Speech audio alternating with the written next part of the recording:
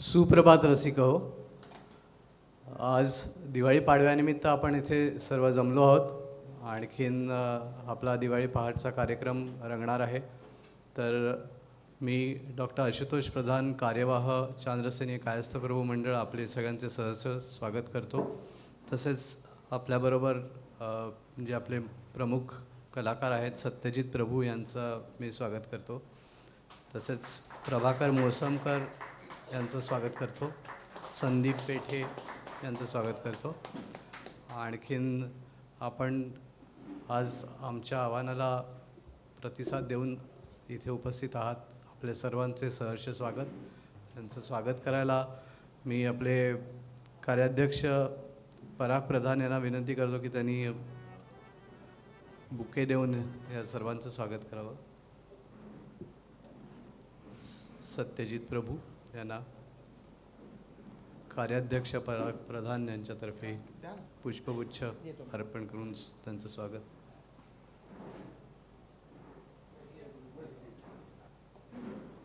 धन्यवाद. मी संदीप पेठे यांना विनंती करतो की त्यांनी पुष्पगुच्छ स्वीकारावा कार्याध्यक्ष पराग प्रधान यांच्यातर्फे.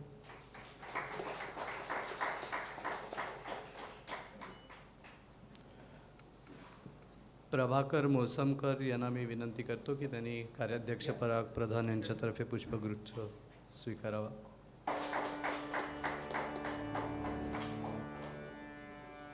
आणि आपल्या सर्वांना माहिती आहे की या सर्व कार्यक्रमात प्रमुख भूमिका जे आपले साऊंड सिस्टीम आहे, माईक, श्री पराडकरांना मी विनंती करतो की त्यांनी पुष्पगुच्छ स्वीकारावा. त्यांचेही स्वागत.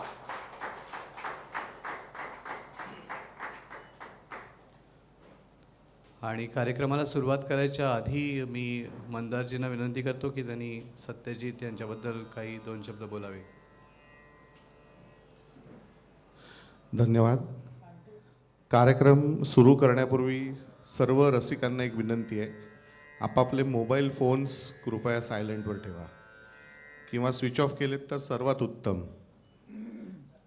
दुसरी गोष्ट, मोबाईलवर शक्यतो रेकॉर्ड किंवा काही करू नका. कार्यक्रमाचा आनंद घ्या. धन्यवाद.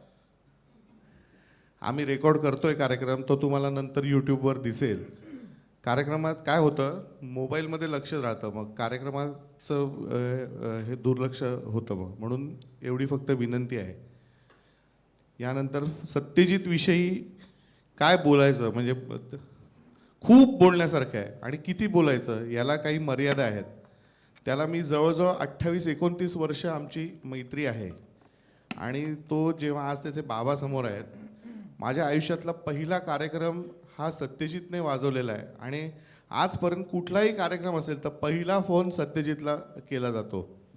त्यावेळेला सत्यजित या साईजचा कीबोर्ड होता त्याच्याकडे आणि तो वडिलांबरोबर साईड कारमध्ये बसून कार्यक्रम वाजवायला यायचा. पण आज सत्यजित प्रभू हे नाव तुम्हाला सगळ्यांना माहिती आहे. सारेगम म्हणा किंवा कुठलंही अजय अतुल लाईव्ह शो, कुठल्याही कॉन्सर्ट, सुरेशजी, आता परवाच माझा एक कार्यक्रम होता आणि त्याला मी तारीख दिलेली होती पण त्याला हायजॅक केला सुरेश वाडकरांनी. इतका तो महत्त्वाचा घटक आहे प्रत्येकाच्या कार्यक्रमातला. तो एवढा ब्रिलियंट आहे की आज आता त्यांनी हे जे टोन्स केले आहेत, हे कीबोर्ड विकत घेतल्यानंतर तुम्हाला ऐकू येतात ते हे टोन्स नाही. हे घरी बसून मेहनत करून स्वतः त्याच्यावर अभ्यास करून त्याने हे घरी तयार केलेले टोन्स असतात कीबोर्डवरचे. तो तुम्हाला आता प्रत्यक्ष तो अनुभव येईलच.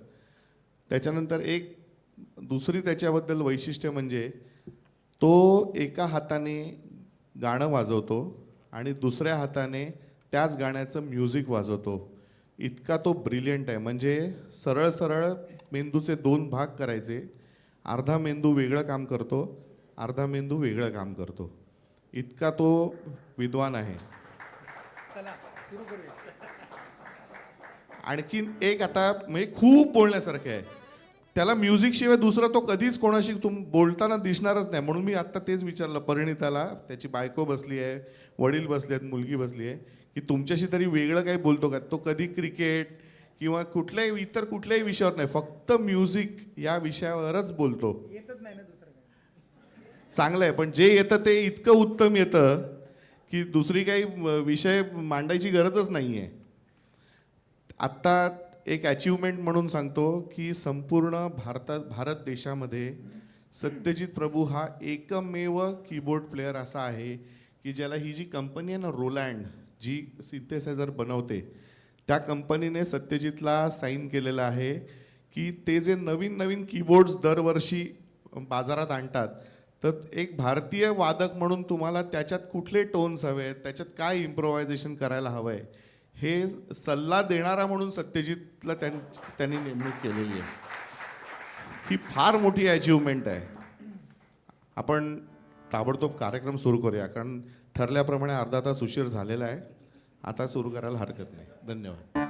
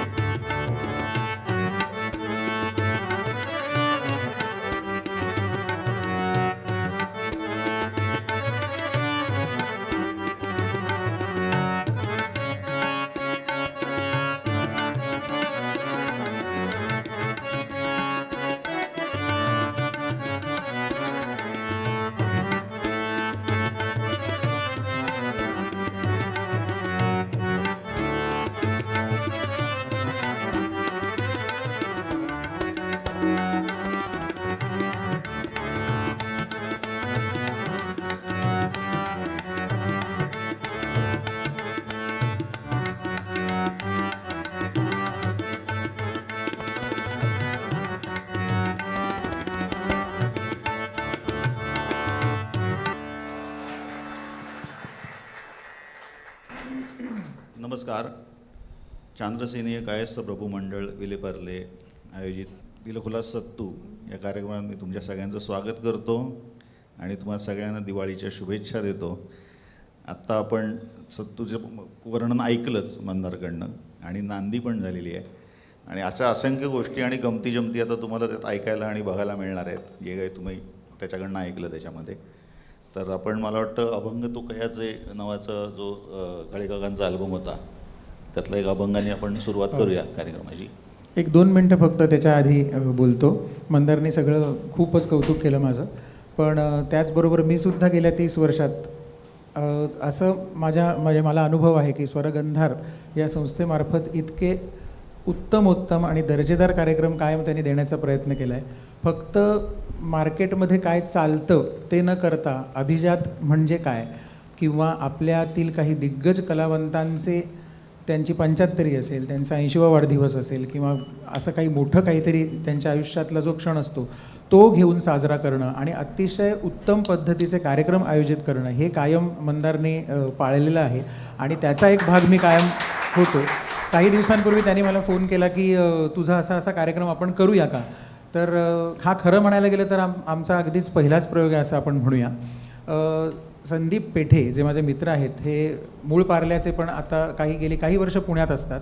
तर सिनियर सिटिझन्ससाठीची अथश्री ही जी म्हणजे कॉलनी आहे किंवा सोसायटी आहे, त्या कॉलनीमध्ये आम्ही दिवाळीच्या दरम्यान कधी पुण्यात दिवाळी पहाट वगैरे असली तर संध्याकाळी त्या लोकांसाठी आम्ही कार्यक्रम केले होते.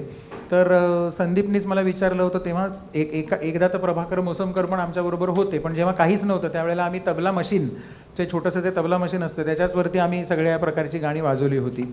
आणि त्या कार्यक्रमाचं नाव दिलखुलास सत्तू हे जे आहे हे संदीप पेठेनेच त्यावेळेला सुचवलं होतं आणि त्या बोर्डावरती खाली लिहिलं होतं. सो आम्ही तेच कंटिन्यू केलं. आणि अजून एक या कार्यक्रमाविषयी थोडंसं असं सांगायचं आहे की एरवी सर्वसाधारणपणे त्या सिंथेसायझर वादकाचं काम खरं फार वेगळं असतं. आज मी तुमच्यासमोर काही गाणी नक्कीच सादर करीन, पण नेमकं सिंथेसायझर वादकाचं काम काय आहे आणि मंदारनी जे सगळं साऊंड्स वगैरे सांगितलं हे सगळं काय प्रकरण आहे ह्याच्यावरती आपण नक्कीच थोडासा प्रकाश टाकण्याचा प्रयत्न करूच. मला थोडक्यात जेवढं सांगता येईल तेवढं मी नक्कीच सांगेन. आणि फक्त होतं असं की एखादा व्हायोलिन वादक म्हणजे आमचे महेश कांदोलकर किंवा एखादा बासरी वादक जर गाणं वाजवत असेल त्या वाद्यावरती, तर त्याला साथसंगत करायचं काम हे सिंथेसायझर वादकाचं असतं. त्याच्यामध्ये अनेक प्रकारचे कॉर्ड्स असतात, वाद्य असतात, म्युझिक पीसेस असतात, आपल्याला माहिती आहे. पण कीबोर्ड प्लेयरच ज्या वेळेला गाणं सादर करतो त्यावेळेला त्याला साथसंगत करणार कोण? त्यामुळे इतर अनेक गोष्टी ज्या गाण्यांच्या मागे वाजत असतात त्या फक्त आपण ट्रॅकवरती सादर करणार आहोत. आणि त्यामुळे कदाचित हा कार्यक्रम पूर्ण असा एक बांधील असल्यामुळे सर्व प्रकारची गाणी त्याच्यात येतीलच, समाविष्ट करण्याचा प्रयत्न केलेलाच आहे.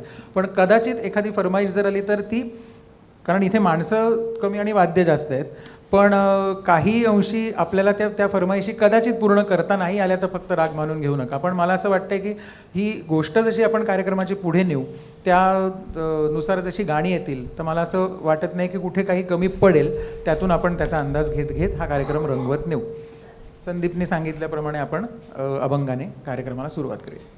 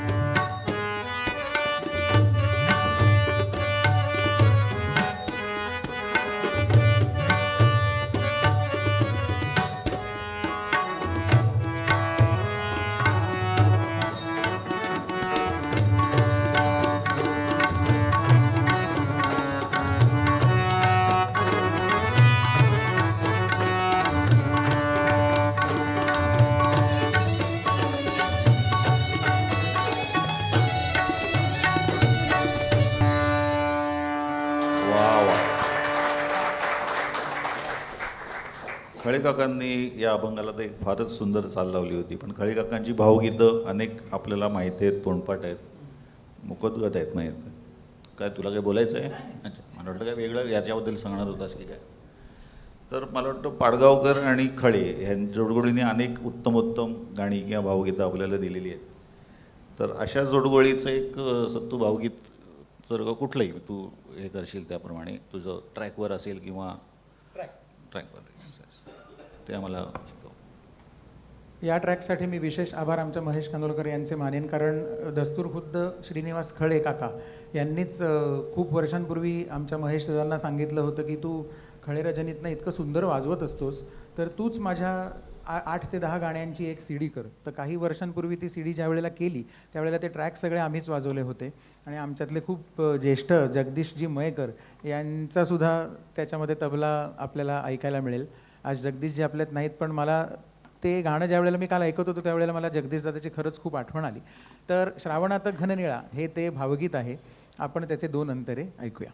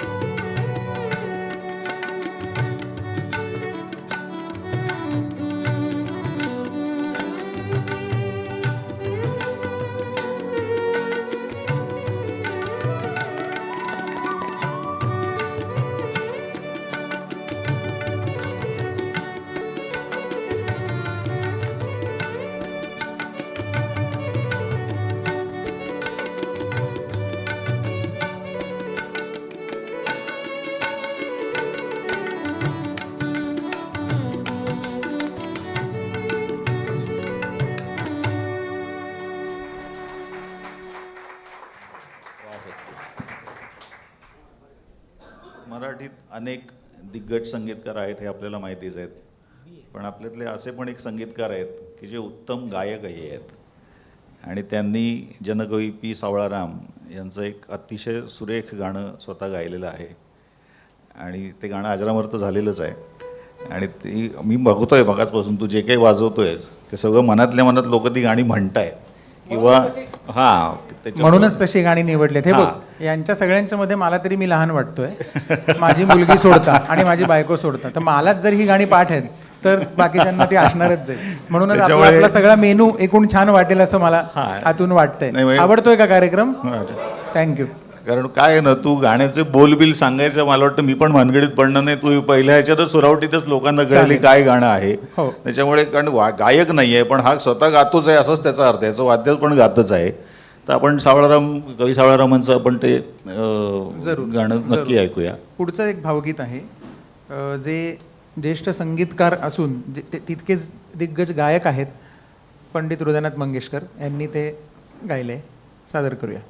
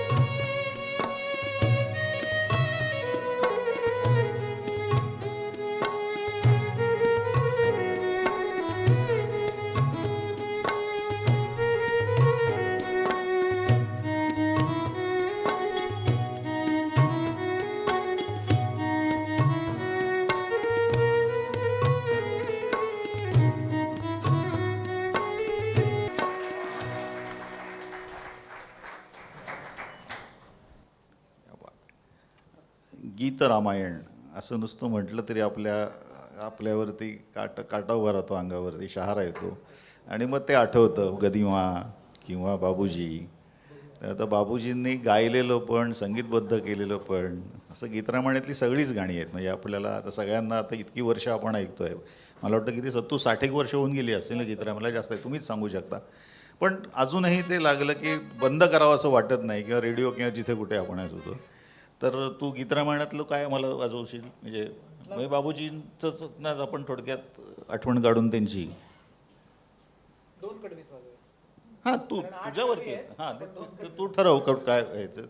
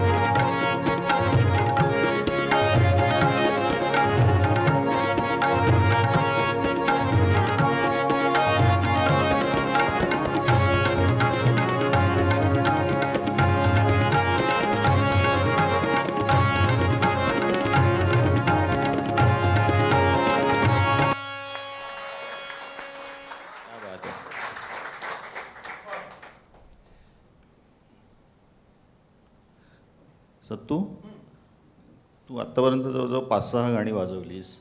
तर प्रत्येक गाण्यात वेगवेगळी वाद्य होती. आता मगाशी मानसे चित्रकार तू मधली ती बासरी होती किंवा काय. तर तू जेव्हा हे वादन करतोस तर त्या वाद्याच्या जवळ ह्याच्यात बासरीचं टोन असेल कंपनीने दिलेला किंवा काय, तू त्याच्यात काही डेव्हलपमेंटही केल्या असतील, तर तू त्या वाद्याच्या जास्तीत जास्त जवळ जायचा कसा प्रयत्न करतो, कसं जातोस तू, किंवा आम्हाला एखादं वाद्य जर का तू त्याच्यावर वाजवून दाखवलंस. हां, म्हणजे मगाशी आपण जे म्हणालो की कीबोर्ड प्लेअरचं नेमकं काम काय हां, असतं. म्हणजे- आता मी सगळीच गाणी तुमच्यासमोर वाजवतोय आणि गाण्याच्या मागचं जे काही वाजतंय ते सुद्धा वाजवतोय, पण अगदी 100% मी वाजवत नाही, कारण गायक ज्या वेळेला गात असतो त्यावेळेला त्या सिंथेसायझर प्लेअरला बरंच काही काम करायचं असतं. आणि मुळात आपण जर बघितलं असेल बॉलिवूडमध्ये किंवा आपल्या मराठी गाण्यांमध्ये, तर 8 ते 10 वादकांपासून ते अगदी 100, 125, 150 वादकांनी वाजवलेलं गाणं आपण ऐकतो, म्हणजे ज्याला आपण हेवी ऑर्केस्ट्रेशनची गाणी म्हणतो. जसं हिंदीमध्ये शंकर जयकिशन, लक्ष्मीकांत प्यारेलाल, आर डी बर्मन, नौशादजी या सगळ्यांनी ती गाणी केलेली आहेत. पण प्रत्येक रंगमंच या कार्यक्रमामध्ये आपल्याला हे सगळे 100 ते 125 वादक मिळतातच असं नाही. त्यावेळेला आणि जरी मिळाले ना तरीसुद्धा त्या वाद्यांबरोबर सुद्धा त्या सिंथेसायझर प्लेअरला बरंच काही वाजवायचं असतं.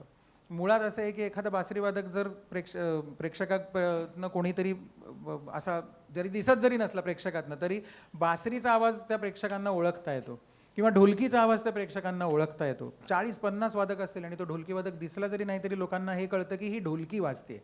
तसं ह्या वाद्याचा नेमका आवाज कुठला आहे. पेटीचा जसा एक तिचा विशिष्ट आवाज आहे, तसा ह्या वाद्याचा आवाज नेमका कुठला, तर याचं काही उत्तर नाही.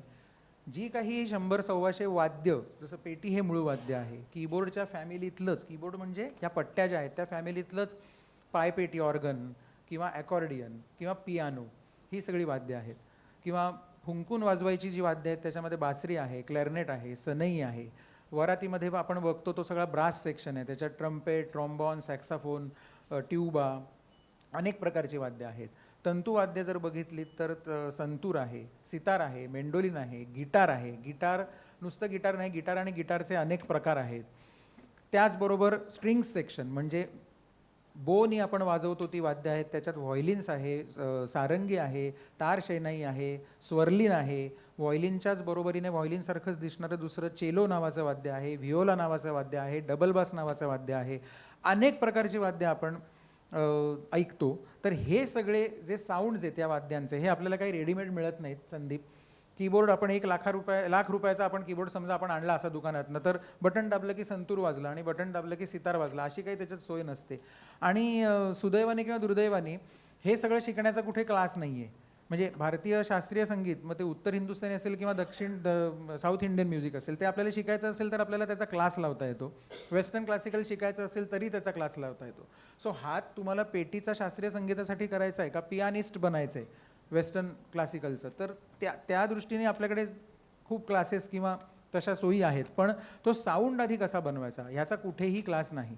त्यामुळे त्या प्रत्येक कीबोर्ड प्लेअरला थोडंसं एक ते मिमिक्री आर्टिस्टच्या तत्वाने जावं लागतं की एखादं वाद्य जर मला आता कसं इंटरनेटच्या काळामध्ये आपल्याला पटकन फोनवरती एखाद्या वाद्याचा डेमो बघता येतो, पण 25-30 वर्षापूर्वी तशी काही सोय नव्हती. तर पटकन एखादं समजा रेकॉर्डिंग असेल आणि तिथे एखादा सतार प्लेअर आला, तर मग आम्ही बघायचो की ते सतार कसं वाजतं, त्याच्यात खालचा सगळ्यात सूर कुठला, वरचा सूर कुठला, एका वेळेला किती सूर वाजतात. आणि बऱ्याचशा गोष्टी समजण्यासाठी आपल्याला म्युझिकचं काही खूप ज्ञान असावं लागतं असं नाही. कारण आता बासरीसारखं वाद्य आहे, फुंकून वाजवलं जातं, एका वेळेला 2 सूर त्याच्यात वाजणं शक्यच नाही आहे. एका वेळेला एकच सूर वाजवू शकतो त्याच्यात. पेटीवरती काय आपण 10च्या 10 बोटं ठेवून 10च्या 10 सूर आपण वाजवू शकतो. हे इतकं सिम्पल आहे. काही गोष्टी त्यातल्या कळणं खूप सोपं आहे आणि नंतर ते खूप कठीण होत जातं. तुझ्या प्रश्नाकडे येतो की बाजारातनं आणल्यानंतर आपण मुळातच मुद्दामच अगदी कीबोर्ड हे जरी वेस्टर्न वाद्य असलं तरी अगदी भारतीय वाद्याकडे आपण जाऊया. सतारीसारखं वाद्य आपण बघूया की तो साऊंड कंपनीने दिलेला मुळात तो साऊंड कसा असतो.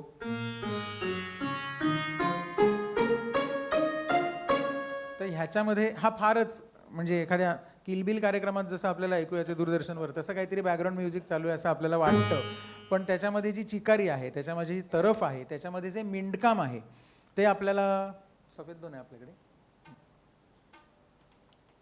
ते आपल्याला जर त्या पद्धतीने वाजवायचं असेल तर तो साऊंड आधी बनवावा लागतो. आणि मग त्या सतार प्लेअरला आपल्याला असं ऑब्झर्व करायला लागतं की ते वाजवताना मनात असं आपण म्हणजे विचार करायचा की आपण सतार प्लेअरच आहोत, तरच ते आपण थोडंसं त्याच्या जवळ जाण्याचा प्रयत्न करू शकतो. कारण मुळात हे इलेक्ट्रॉनिक वाद्य आहे. मी कितीही उड्या मारल्या तरीसुद्धा कितीही चांगला साऊंड केला तरी सुद्धा मी असं नक्कीच म्हणू शकत नाही की नाही नाही आता सतारीची काही गरज नाही, आता माझ्या कीबोर्डमध्ये उत्तम सतार आहे, असं नाही आहे.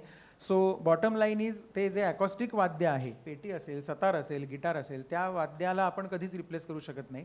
पण 100-125 वादक आपण रंगमंचावरती आणू शकत नसल्यामुळे एखादं वाद्य आणि तो म्युझिक पीस वाजवताना आपण त्या वाद्याच्या जास्तीत जास्त जवळ किती जाऊ शकतो हा प्रयत्न त्या सिंथेसायझर वादकाला करायचा असतो. आपण अजून पुढे काही गोष्टी बघू. आता आपण सतारीचा साऊंड केल्यानंतर ते कसं ऐकू येतं ते सुद्धा ऐकूया. तू आता साऊंड ऐकवतोय आम्हाला.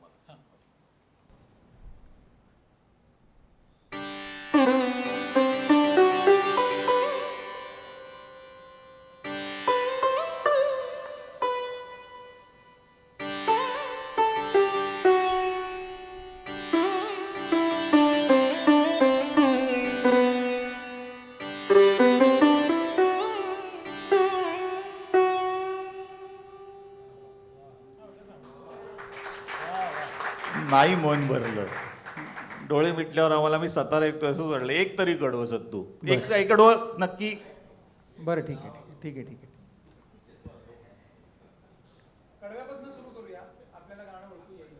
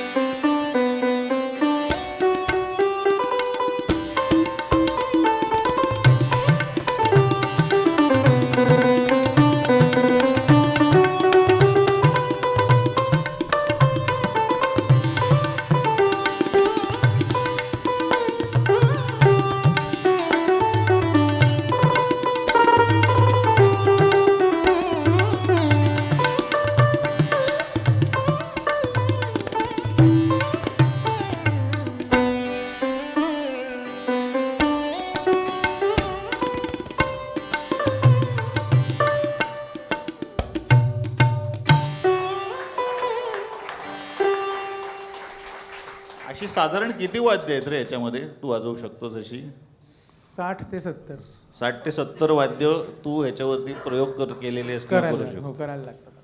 वा, मलमलीसारखं तू आता एक शृंगारिक गाणं आम्हाला ऐकवलंस. मग आज 14 नोव्हेंबर आहे, आज बालदिन आहे रे.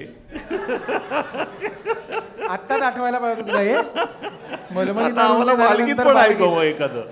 एक दोन लहान मुलं दिसत आहेत मला तिकडे मागे वय, त्यांनी त्यांच्या लहानपणी कुठला ऐकलं असेल ते आम्ही आमच्या लहानपणी ऐकलेलं ते ऐकव एखादं. तुला असेल ते. ठीक आहे ठीक आहे. मग आता आता आम्हाला शृंगार रसात जरा बालवयात आण परत अगदी थोडं. अगदी. मी म्हणजे मी ज्या वयात आहे त्या वयात परत येऊ असं म्हणतो. ठीक आहे ठीक आहे. बरं आता त्यांनी बालगीताचा विषय काढलेलाच आहे. तर आपण जनरली जेव्हा बालगीत ऐकतो त्यावेळेला ते एखाद्या लहान मुलांनी किंवा मुलींनी म्हटलेलं असतं.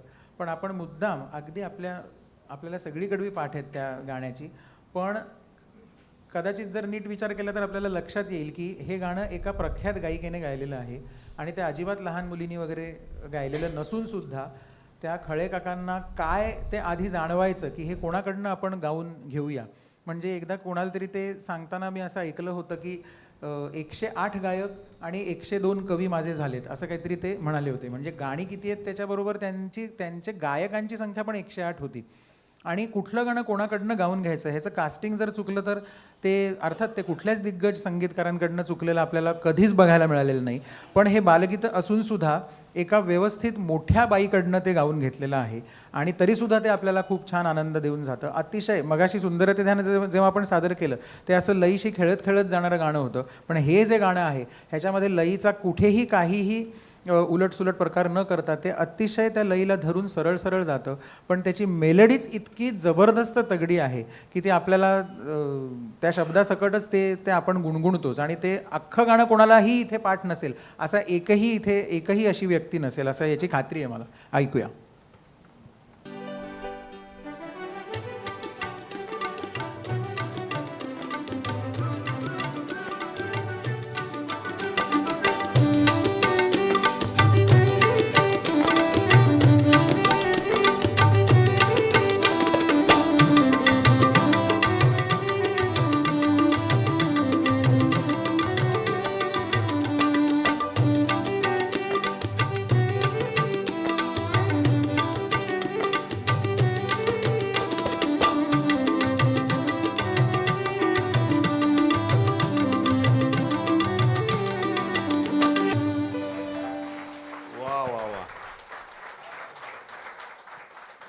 हे गाणं खूप जुनं आहे, म्हणजे 60-70 वर्षाचं जुनं असेल गाणं. हे प्रसिद्ध जेव्हा व्हायला लागलं त्याच्यानंतर अनेक घरात मला वाटतं गोऱ्या गोऱ्या वहिन्या यायला सुरुवात झाली असेल मला वाटतं त्यावेळेला. हो, कारण प्रत्येकातलंच दादा तू वहिनी आण म्हटल्यावर तो दादा प्रयत्न करणार गोरी वहिनी आणायचा. सत्तू तुझ्या एका कार्यक्रमामध्ये, पुण्याचे आहेत त्यामुळे त्यांचा मी भाबडा पुण्याचा स्वभाव- नाहीये, मी पार्लेकर आहे. थोडेसे शिंतोडे माझ्यावरती पुण्यातले पडलेले आहेत. बघा. तुझ्या एका कार्यक्रमात मला वाटतं सोलापूर का कुठेतरी तू सगळे म्हणजे आपला सगळा संच होता, तू एक भोपाळी वाजवली होतीस. हां. म्हणजे मला वाटतं तू काय कोणी प्रेक्षकांमधनं का आयोजकांनीच मला वाटतं फरमाईश केली का काय मला माहिती मग ते नाही. आता ती पेटीवरती वाजवूया. अच्छा ती हां, ते तू आता थोडक्यात त्या ह्याच्यावरनं तू हां. फ्रेंच वाद्याकडे येतो, थोडं music, हां. जॅपनीज वाद्यावरून तू आता फ्रेंच कपडे वाद्याकडे कसे घातले, शर्ट वेस्टर्न हां. आहे, जॅकेट इंडियन आहे, हां. तसं थोडंसं आता पेटी आणि कीबोर्डच्या बाबतीत पण सांगितलं. आणि पंडितराव नगरकरांची तू मला वाटतं ती आशा बहिणी गायलेली Yes, yes. अमर झालेली भोपाळी. वा वा. त्याचा ट्रॅक माझ्याकडे आहे आणि त्यातली आहे track? ढोलकी अरे वा. प्रभाकर मोसमकर यांनीच वाजवलेली आहे. त्याच्याबद्दल मी नंतर तुम्हाला सावकाश सांगेनच. अर्थात ते इतके प्रसिद्ध आहेत की त्याचं त्यांच्याबद्दल सांगण्याची तशी काही गरज नाही आहे आणि मुंबईत तर नाहीच नाही, पण तरी सुद्धा.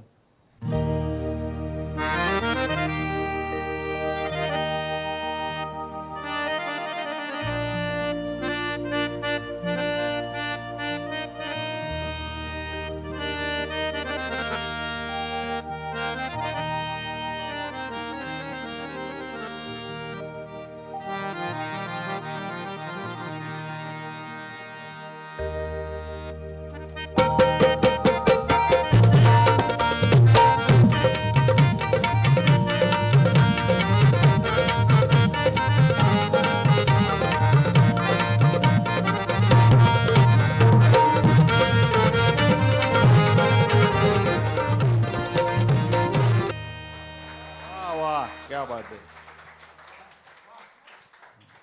ही मला वाटतं अतिशय खूप एक छान घरगुतीच मैफिल मला वाटते. तुम्हाला वन्स मोर वगैरे द्यायचं तरी देऊ शकता बरं का.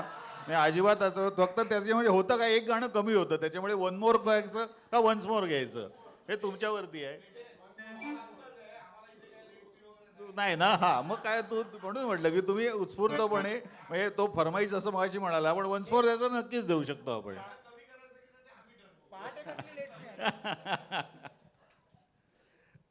सिंथेसायझर हे एक जे वाद्य आपण बघतोय ते एक खरं जॅपनीज वाद्य आहे आणि मराठी एक असा माणूस होता की ज्याने ते सिंथेसायझर बनवला होता. त्याच्यानंतर इलेक्ट्रॉनिक तानपुरा सुद्धा त्या माणसाने बनवला होता, मराठी भारतीय माणसाने. माहिती आहे तुम्हाला कोणाचं नाव त्याचं किंवा काय? तो संगीतकार पण आहे मोठा, दत्ता डावजेकर अर्थात डीडी यांनी स्वतः मला वाटतं तुझ्याचकडनं मी ऐकलं आहे कधीतरी प्रवासात किस्सा ते की ते त्यांची दत्ता डावजेकर साहेब किती मोठे संगीतकार होते हे आपल्याला माहितीच आहे, पण तांत्रिकदृष्ट्या ते इतके त्या काळात सुद्धा इतके पुढे होते की त्यांनी कीबोर्डच बनवला एक दिवस घरी. म्हणजे तो त्यांनी कसा काय बनवला काय माहिती. आणि दुसरे प्रख्यात अरेंजर आणि अकॉर्डियन वादक केर्सी लॉर्ड जे पंचमदांकडे काम करायचे, त्यांना जेव्हा हे कळलं तेव्हा त्यांनी असं भूत बघितल्यासारखं त्या दत्ता डावजेकरांना पंचमदांच्या समोर नेऊन उभं केलं होतं की हे काय बनवलं बघा यांनी. आणि आपण जे आज इलेक्ट्रॉनिक तानपुरा जे सगळे वापरतो हे सुद्धा त्यांच्याचमुळे आपल्यापर्यंत पोहोचलेलं आहे. काय माणसं असतील म्हणजे त्या काळात कल्पनाच केलेली बरी. तर त्यांचं एक गाणं फक्त एक आहे, त्यांचं एक गाणं ऐकताना आता आपल्याकडे गाण्यांची सगळी व्हरायटी बघता आपण एक गवळण ऐकूया जी त्यांनीच संगीतबद्ध केलेली आहे. चालेल का?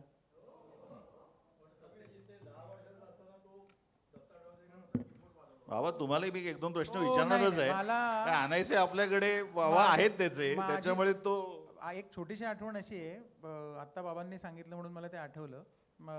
आई बँक ऑफ इंडियात काम करायचे आणि त्या बँकेत ज्या वेळेला कार्यक्रम झाला होता त्यावेळेला एक सिंथेसायझर आणायचा होता कुठून तरी. तर आणि मला त्याच्यावरती कुठलं तरी एक गाणं वाजवायचं होतं जनरल. तर मी एक मस्ती बरायसं नावाचं गाणं तिथे वाजवलं होतं, पण ते कीबोर्ड कुठून आणणार काय आणणार आहेत बँकवाले मला काही माहीत नव्हतं. तर असे जे कीबोर्ड आता दिसत आहेत 5.5-6 किलोचे आणि एवढे कॉम्पॅक्ट तसे त्यावेळेला नसायचे. अतिशय जड 25 ते 30 किलोचा अतिशय जड असा लाकडी त्याची बॉडी असलेला असा एक मोठा सिंथेसायझर आणून ठेवला आणि तो डावजेकरांचा सिंथेसायझर होता हे आम्हाला कळलं. त्यामुळे मला 8व्या का 9व्या वर्षीच त्या कीबोर्डवरती वाजवायची संधी मिळाली होती. ते एक आशीर्वाद म्हणून आपण नक्कीच घेऊ शकतो. चला.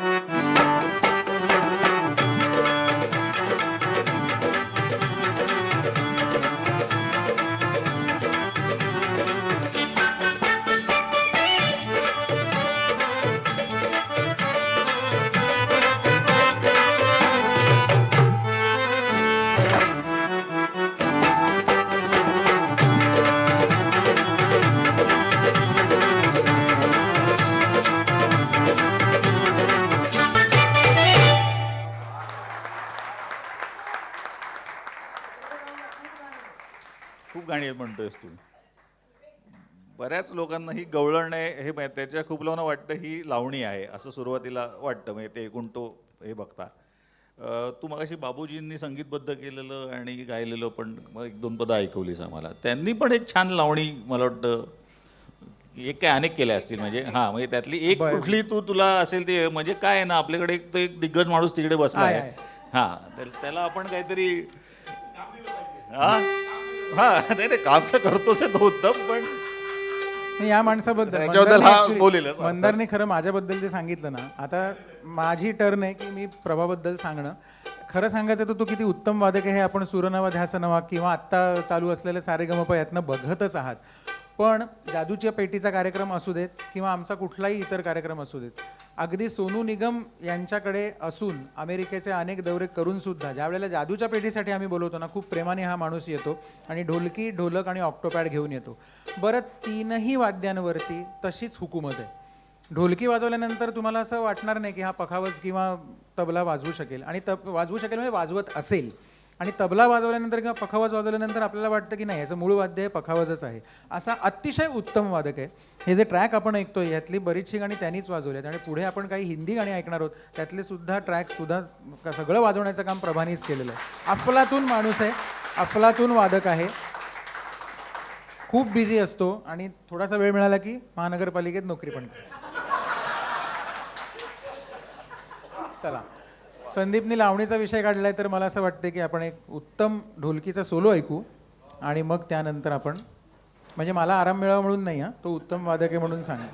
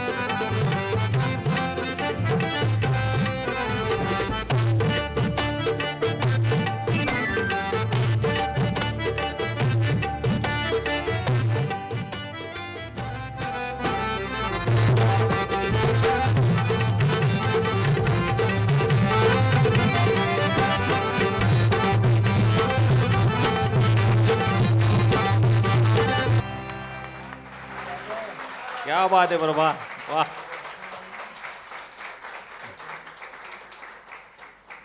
आपण मगातपासून बघतोय सत्तू ते पण वाजवतोय, हार्मोनियम पण वाजवतोय. अरे एवढं करून ह्या मुलांनी शास्त्रीय संगीताचं कुठलंही शिक्षण घेतलेलं नाही. आणि असं नाही म्हणजे आम्हाला अरे म्हणजे हे सांगायलाच पाहिजे म्हणजे काही न करता तू एवढं जर का वाजवत काही- असशील. काही- नाही एक मिनिट मला तर बोलू दे. हो, तू काही तू स्वतःचं वर्षां- गहू तुला आवडत नाही मला माहिती आहे. काही वर्षांपूर्वी आई आणि बाबांना असं वाटलं की आता पुढे काय करेल माहिती नाही, आत्ता तिसरी चौथीत आहे पण काहीतरी एक सगळं ऐकून वाजवतोय, स्वरज्ञान आहे वगैरे जे काही होतं त्यावेळेला थोडंफार. पण त्यावेळेला त्यांना असं वाटलं की कुठेतरी काहीतरी शिकायला आपण पाठवूया. तर मी अगदीच एका हाताच्या बोटावर मोजण्या इतके म्हणूया तेवढेच राग मला थोडेफार येतात. मी काही दिवस क्लासला गेलो देखील आणि माझे गुरुजी श्री अनिल केरकर जे हिंदू कॉलनीत राहायचे आणि त्यानंतर हात कसा चांगला व्हावा म्हणजे कुठल्याही प्रकारचा राग किंवा कुठल्याही प्रकारची ताण किंवा कुठली गत मला शिकवली नाही, पण पुढचं हात कसा चांगला दिसावा ह्याच्यासाठी माझ्यावरती खूप जास्त प्रेम असणाऱ्या माझ्या मकरंद कुंडले नावाच्या एका उत्तम आर्टिस्टनी माझ्यावरती खूप प्रयत्न केले. काहीही स्वार्थ नाही, काहीही नाही, कसलीच अपेक्षा नाही. व्हीटीला काम करत असून, डोंबिवलीला राहत असून वाटेत हार्बर लाईननी चुनाभट्टीला उतरून 2-2 तास येऊन माझा हात घेऊन बसायचा आणि फक्त सारेगमपदनेचा सानिधपम वगैरेचा तो मला वाजवायला लावायचा आणि तिथून उठून परत 9 वाजता रात्री उठून डोंबिवलीला जायचा. सो मकरंद मामा आणि श्री अनिल केरकर यांच्यामुळे जो काही मी आज आहे तो आहे असं आहे. आपण बरोबर आहे त्यांचे तर म्हणजे आम्ही आभार मानूच पाहिजे जेव्हा भेटते आम्हाला प्रत्यक्ष तेव्हा त्याच्यामुळे. पण आज आपल्याकडे गजानन प्रभू पण आहेत की ज्यांनी त्याचं खत पाणी घातलं त्याला, त्याचे वडील, त्यांना तर नक्कीच. मला अजून एक गोष्ट त्याच्यात ॲड करायची आहे की आत्ता आपण हे सगळं गोल्डन एरातली गाणी आपण ऐकतोय आणि ही गाणी काय, ही अशी गाणी आहेत की पृथ्वीच्या अंतापर्यंत चालूच राहणार आहेत. पण लहान वयात ज्या वेळेला आपल्याला काही कळत नसतं त्यावेळेला आई आणि बाबा आणि मामा मामी मामी हेच होते की या गाण्यांची गोडी मला लावली. नाहीतर मग आज 50 आणि 60 वर्ष जुनं आपण बाई माझी करंगळी मोडली आजच्या मुलाला ते आवडत नाही किंवा आपल्याला त्यांना त्याची आवड निर्माण करण्यासाठी खूप प्रयत्न करावे लागतात. अल्ला तेरो नाम सारखं गाणं पटकन एखाद्या मुलाला माहितीसुद्धा नसणार, पण ती गोडी आम्हाला आईवडिलांनी लावली. आणि लहानपणी आम्ही ज्यावेळेला कार्यक्रम करायचो संदीप त्यावेळेला असंच पेटी घेऊन, हीच पेटी असायची आणि साईडकारमधनं आम्ही इतक्या लांब लांब जाऊन कार्यक्रम करायचो. बाबा माझ्या बोंगोची साथ करायचे आणि मी पेटी वाजवायचो आणि मामी डफलीची साथ करायची आणि पापा कहते पासून ते दिल दिवानापर्यंत त्या काळची जी काही गाणी असतील कानावर छायागीत म्हणा किंवा जे काही दूरदर्शनचं माध्यमातनं जी काही गाणी पडायची ना ती बाबा आणि आई गुणगुणून दाखवायचे. आणि त्यावेळेला असं काही मोबाईलवरती पटकन म्युझिक 5 वेळेला रिपीट करण्याची काही सोय नव्हती. असली घरी तर कॅसेट नाही तर टी व्ही छायागीतमधनं जे काही ऐकू येईल ते, मग ते वो चांद खिला असेल नाही तर मेरा जूता है जापानी असेल आणि मग आई आणि बाबा मला म्युझिक तोंडाने म्हणून दाखवायचे. आणि मग त्यानंतर आम्ही कोणाच्या 75ला कोणाच्या सोसायटीला 50 वर्ष झाली म्हणून जाऊन खूप कार्यक्रम करायचो. मीरा रोड नाला सोपाऱ्यापर्यंत साईड कारनी आणि पेटी सत्यजित प्रभू, सत्यजितचे बाबा, सत्यजितची आई, सत्यजितची मामे आणि सत्यजितची मामे बहीण असे सगळे साईडकार दिसायची नाही आणि पेटी आणि बोंगो असं सगळं घेऊन आम्ही जायचो. सो असं झालं होतं. तर शोलेमध्ये जशी ती साईडकार तुटते तसा शोले पण आमचा एकदा आमच्या रेल्वेच्या फाटकात झाला होता की साईडकार आणि स्कूटर वेगळी असे बरेच किस्से सिरियसली. आणि मेन आर्टिस्ट कुठे बसायचं तुम्हाला सांगतो, साईडकारच्या त्या याच्यावरती हातावरती, म्हणजे एक पाय स्कूटरवर आणि एक पाय त्या साईडकारच्या याच्यावरती आणि बाकी सगळे आपापल्या सीटवर आणि मी असं मध्ये अधांतरी पाय खाली लागला की हायवे डायरेक्ट असं. वा वा. पण खरंच प्रभू साहेब, खरंच तुमचं दोघांचंही कौतुक आहे आईवडिलांचं की आम्ही खरंच ऋणी आहोत की एवढं चांगला हिरा तुम्ही आम्हाला रसिकांना दिलेला आहे.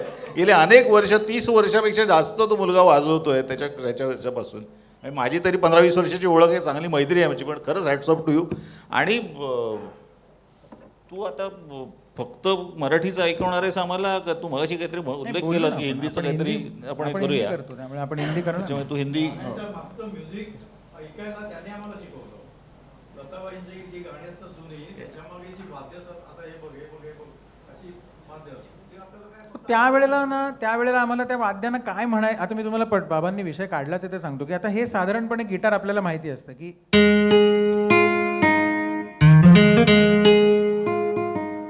आता हे नायलॉन स्ट्रिंग गिटार आहे.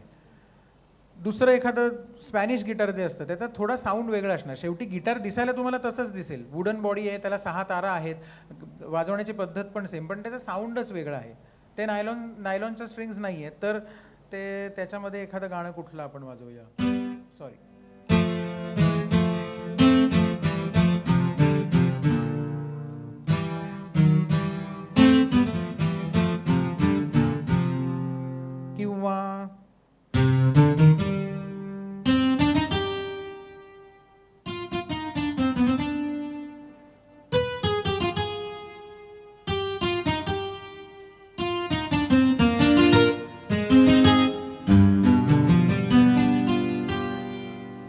ये रात बिगी बिगीचं म्युझिक होतं. सो आता त्याच्यानंतर आपल्याकडे गिटारचे प्रकार बघायला गेलं तर एखादं अजीब दास्ताय सारखं गाणं असेल तर त्याच्यामध्ये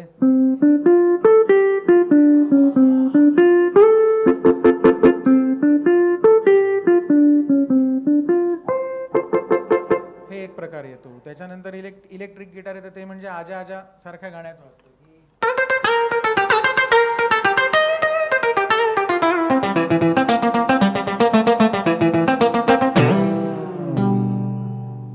त्याच्यानंतर एक 12 स्ट्रिंग गिटार येतं. परत एक लोकप्रिय गाणं आहे. बेसिकली हे म्युझिक पीसेसच इतके लोकप्रिय आहेत ना की म्हणून ती गाणी आम्हाला तुम्हाला दाखवताना म्हणजे त्याचं उदाहरण म्हणून साऊंडचं दाखवणं खूप सोपं जातं. कारण तो म्युझिक पीस तुम्हाला जर माहितीच नसेल तर ते वाद्य किती सेम वाजतंय हे तुम्हाला लक्षात येणार नाही. पण म्हणजे या दिग्गज लोकांनी काय कामं करून ठेवली आहेत बघा की एवढ्याशा म्युझिक पार्टमधनं आपल्याला ते गाणं ओळखू येतं. हे पण त्याचबरोबर सांगायचं आहे. अजून एक गाणं वाजून दाखवतो.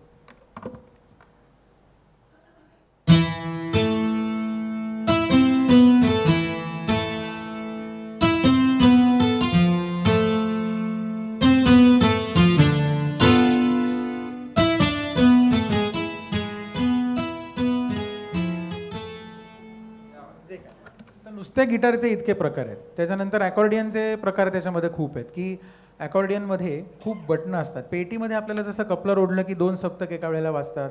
बेस मेल फिमेल आपण म्हणतो की 2 लाईनची पेटी आहे किंवा 3 लाईनची पेटी आहे की पेटीमध्ये जसे विविध साऊंड आहेत तसेच त्या अकॉर्डियनमध्ये पण साऊंड असतात आणि गाण्याच्या मूडप्रमाणे ते साधारण वापरले जातात. तर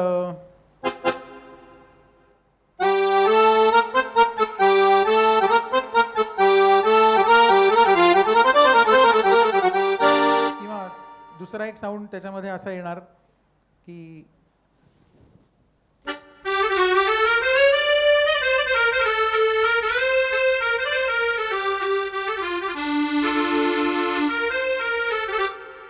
तिसरा एक सोलो सारखा साऊंड येणार.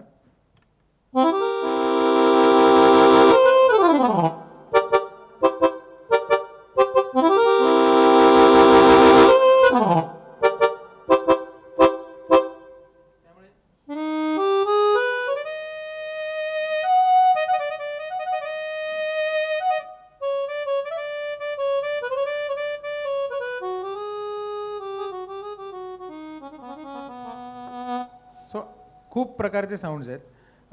आपल्याला ते लायटरची ट्यून आपल्याला माहिती असेल की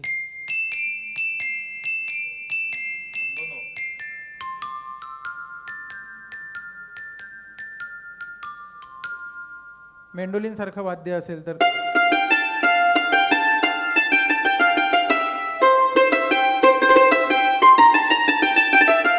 किंवा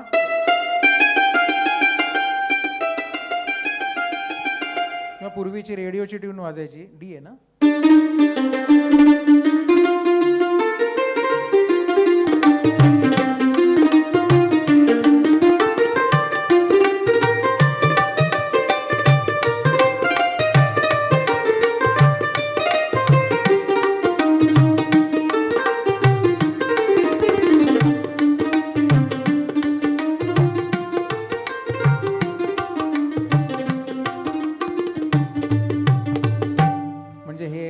आकाशवाणीचं विलेपार्ले केंद्र आहे.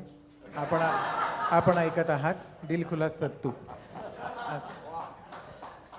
किंवा सॅक्साफोन सारखं वाद्य असेल तर कुठला पीस घेऊ रे.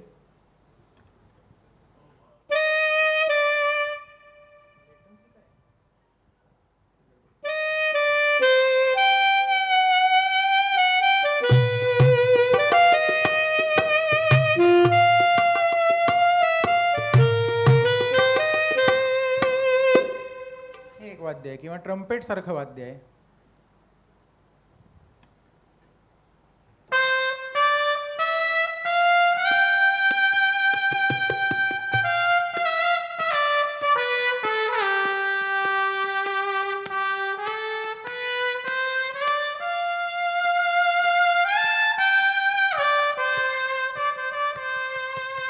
आपल्याला माहितीच आहे. आता हे अशा प्रकारचं फिलॉसॉफिकल गाणं आपण त्याला सुद्धा ट्रम्पेटचा उत्तम वापर आहे. पण एक कॉमेडी गाणं आहे अत्यंत आणि त्याच्यामुळे त्या म्युझिक पार्ट सुद्धा तो म्हणजे हाल कैसा है जनाब का जर आपण गाणं बघितलं असेल तर ते सगळंच ते असं ते त्याच्यात कुठेच काही सिरियस भाव नाही आहे, तर त्याच्यात सुद्धा त्या ट्रम्पेट प्लेअरनी इतकी मजा केली आहे.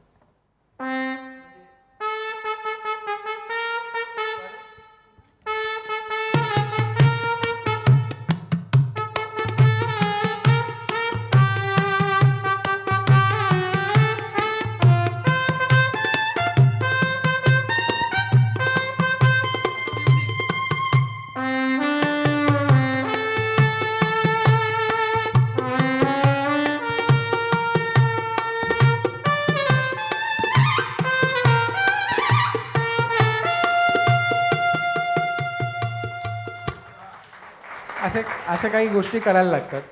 किंवा एकदम धीरगंभीर असं एखादं गाणं असतं, कभी तन्हाईयों में हमारी याद, म्हणजे जे मुबारक बेगम यांचं गाणं आहे, स्नेहल भटकरांचं म्युझिक आहे, तर तशा प्रकारची गाणी वाजवताना तर थोडंसं धीरगंभीर म्युझिक तुम्हाला वाजवायला लागतं की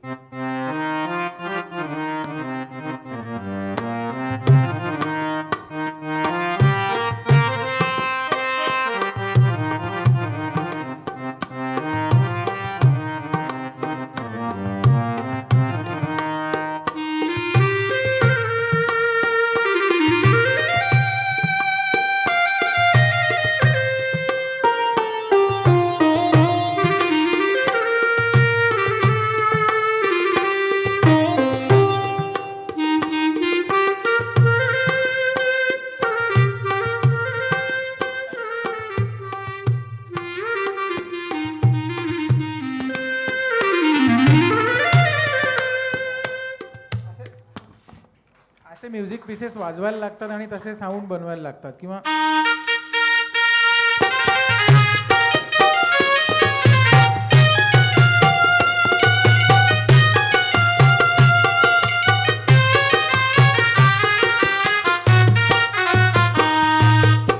हे झालं सनई सारखं वाद्य. सो असे अनेक गोष्टी आहेत ज्या करायला लागतात. आता पुढे आपण हिंदीकडे वळूया आणि गोल्डन एरातली गाणी जशी आपण ऐकत होतो तसंच हिंदी सुद्धा मदन मोहन साहेबांची मेडली चालेल का? हां, आम्हाला काही आहे, आम्हाला काही चालणार आहे. दुसरं काहीतरी ऐकण्यापेक्षा आम्ही नक्कीच आनंदाने ऐकू.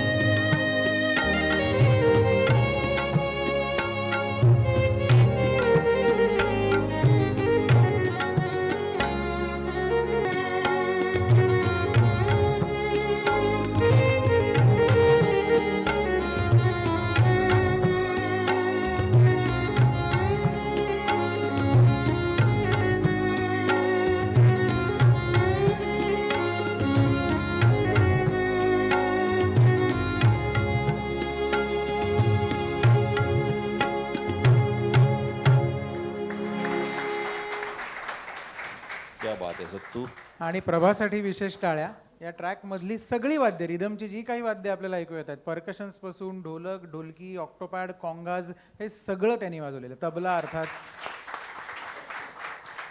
5 वर्षापूर्वी त्यांनी वाजवलं होतं आणि त्याला ते सगळं आठवतं आहे आज. ट्रॅक्स पण हे सगळे सत्तूनी बनवलेले आहेत. म्हणजे तो जे त्याचं म्हणलं ना, तो स्वतःचा होतो, त्यांनी जर 5 वर्षापूर्वी वाजवलेलं आहे. ते कोणी बनवले आहेत तर ह्यांनी बनवलेले आहेत. हे विकत आणलेले किंवा कोणाकडनं तरी घेतलेले असे नाही आहेत, त्यांनी स्वतःनी ते बनवलेले आहेत.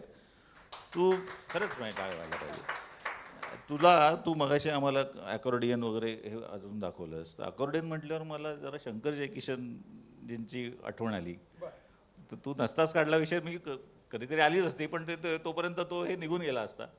तर तू का आम्हाला त्यांचं काहीतरी ऐकव ना. अकॉर्डियनवरचंच असं नाही, पण शंकरजींचं, जयकिशनजींचं. हां, म्हणजे आता जर असं छान मेलेडियस झाले तर काहीतरी थोडंसं अप टेम्पो ऐकूया. बरं, तुला ते तेवढंच आता आपल्याकडे.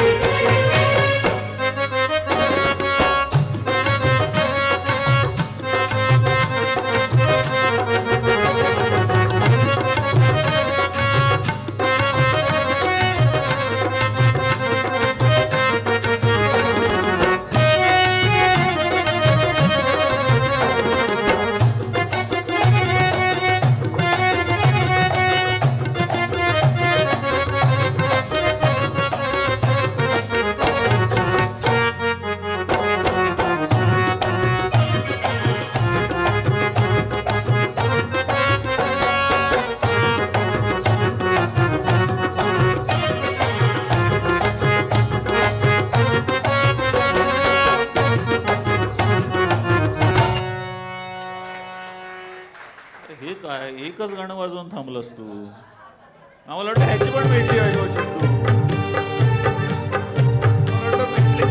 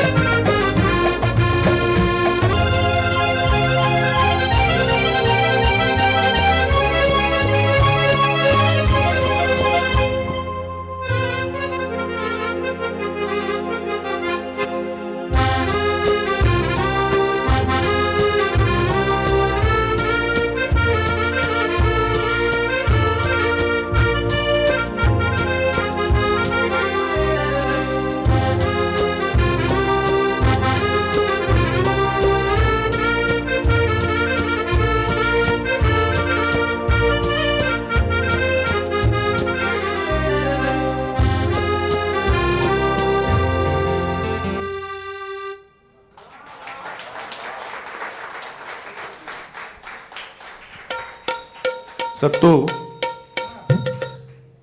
हे तुझं जे वाद्य आहे सिंथेसायझर किंवा आपण ज्याला कीबोर्ड म्हणतो, हे बेसिकली म्युझिक, गाण्यांचे शब्द न वाजवता नॉर्मली म्युझिक वाजवण्यासाठी वापरलं जातं. तर हे म्युझिक बनवणारे संगीतकारांच्या व्यतिरिक्त अरेंजर्स असतात.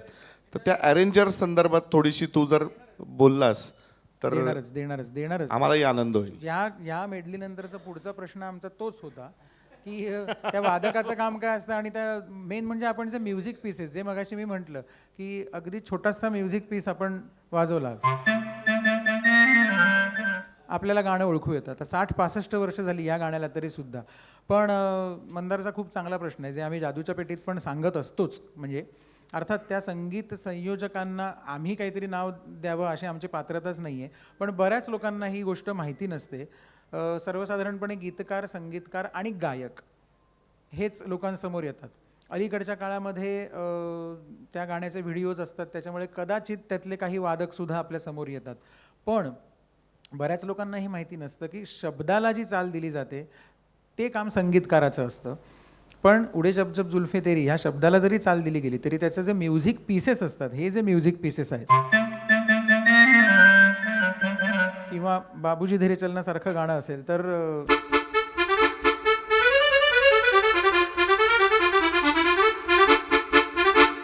हे असेल, किंवा एलपीचं गाणं आहे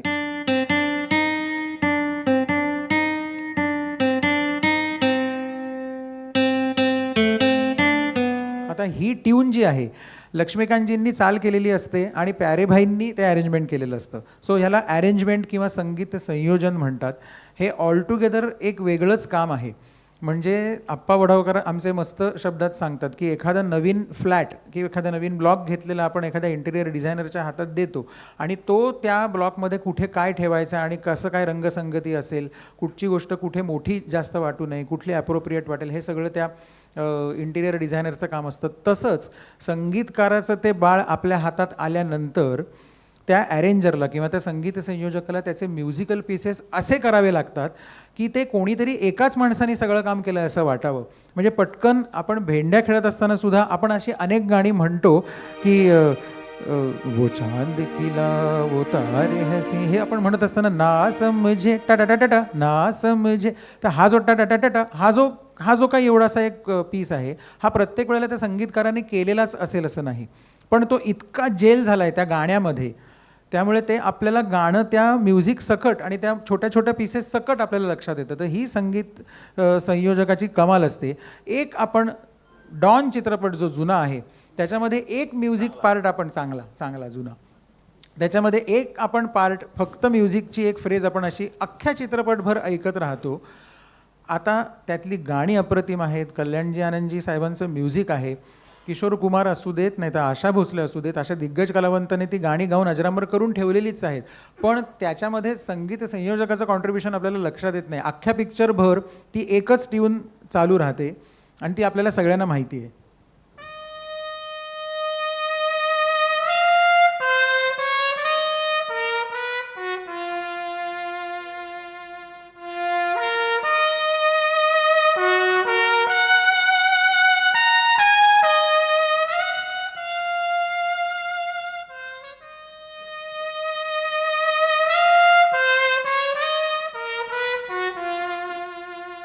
आता मला सांगा, ह्या पीसवरून आपण कट टू एकदम वेगळ्या पीसकडे जाऊया.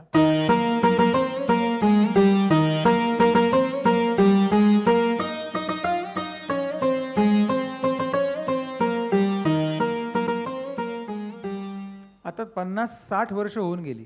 हे गाणं एस डी बर्मन साहेबांचं जरी असलं तरी त्यावेळेला त्या चित्रपटाच्या वेळेला त्यांची टीम त्यांच्याकडे नव्हती. सो आपल्यातली दोन मराठी तरुण अनिल अरुण म्हणजे अनिल मोहिले आणि अरुण पडवाल यांनी या चित्रपटाचं अरेंजमेंट केलेलं आहे. आणि हा म्युझिक पीस किती सुंदर आहे तुम्ही बघा. सो असा बेभाना वारासारखं गाणं असू देत अनिल मोहिल्यांचं, किंवा मी राते टाकलीसारखं गाणं असू द्या अरविंद अमरजी हळदीपुरांचं, किंवा बाळ पार्टे साहेबांचं पलपल दिल के पास सारखं गाणं असू दे. ही जी अरेंजर मंडळी आहेत ना, ही पटकन लोकांपर्यंत पोहोचत नाही. आपल्याला माहिती असतं की जगाच्या पाठीवरमधली हार्मोनियम शामराव कांबळे साहेबांनी वाजवलेली आहे, पण शामराव कांबळे उत्तम अरेंजर कसे होते आणि त्यांनी कुठली कुठली गाणी अरेंज केली आहेत हे आपल्याला माहिती नसते. ते गाण्याचे म्युझिकल पीसेस सगळे आपल्याला माहिती असतात, फक्त हे माहिती नसतं की हे या माणसाने केलेलं आहे. संगीतकार आपल्या समोर येतात. असो पुढे बर.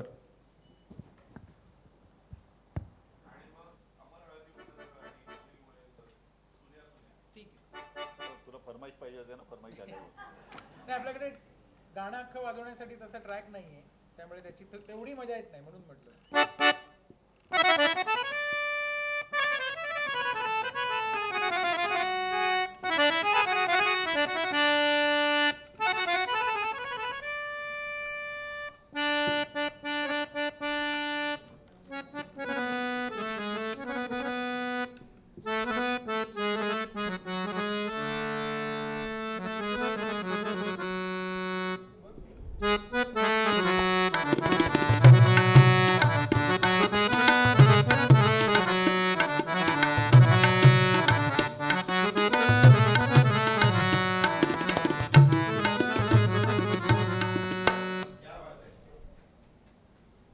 उदाहरण देतो. उत्तम म्युझिक पीस आहे. अमरजी हळदीपूर यांनी ते गाण्याचं संगीत संयोजन केलंय. आपल्याला त्यातले म्युझिकल पीसेस माहिती असतात की आता सुन्या सुन्यासारखं गाणं असेल तर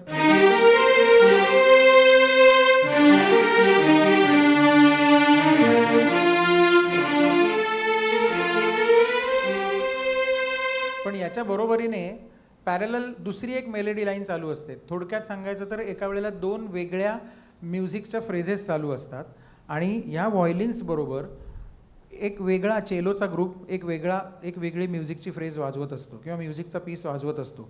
ते सुद्धा त्या कीबोर्ड प्लेअरला करायची वेळ येते. पटकन दाखवतो.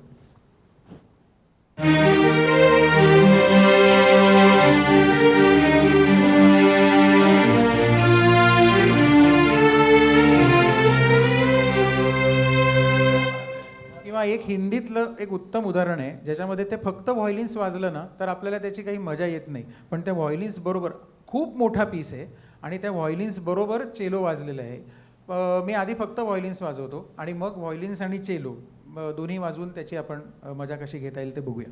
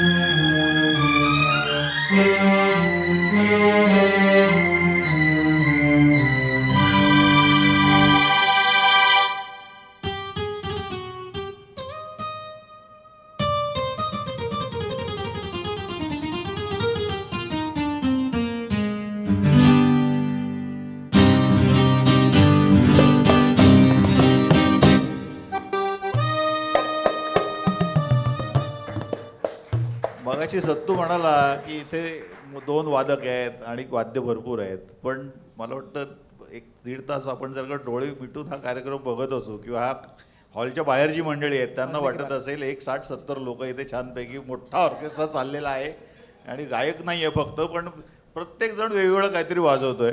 इतकं तुझं हे तू म्हणतोस की 2 किंवा 3 आहे, तर मला एक सांग, माझी 7 तू ऐकून दाखवली होतीस, आमचं एक तू डेमो दिला होतास, तर मिक्स असा आम्हाला काहीतरी म्हणजे तुला भरपूर याच्यामध्ये वाद्य वाजवली आहेस किंवा काय तेच आत्ता आपण दाखवलं. पण आपण एखादं ओळखू येणारं गाणं, लोकांना पटकन कळेल असं गाणं बघूया. एकाचं या जन्मी जणू आपल्याला गाणं माहिती आहे की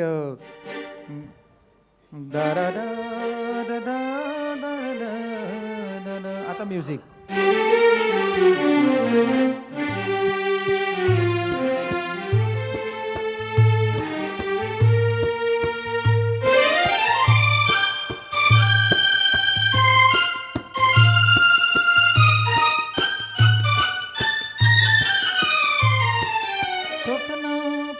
इथे कडवं सुरू झालं, पण हा जो म्युझिकचा पीस होता त्याच्या बरोबरीने खूप गोष्टी वाजल्या आहेत, त्या वाजवण्याचा आपण प्रयत्न करूया.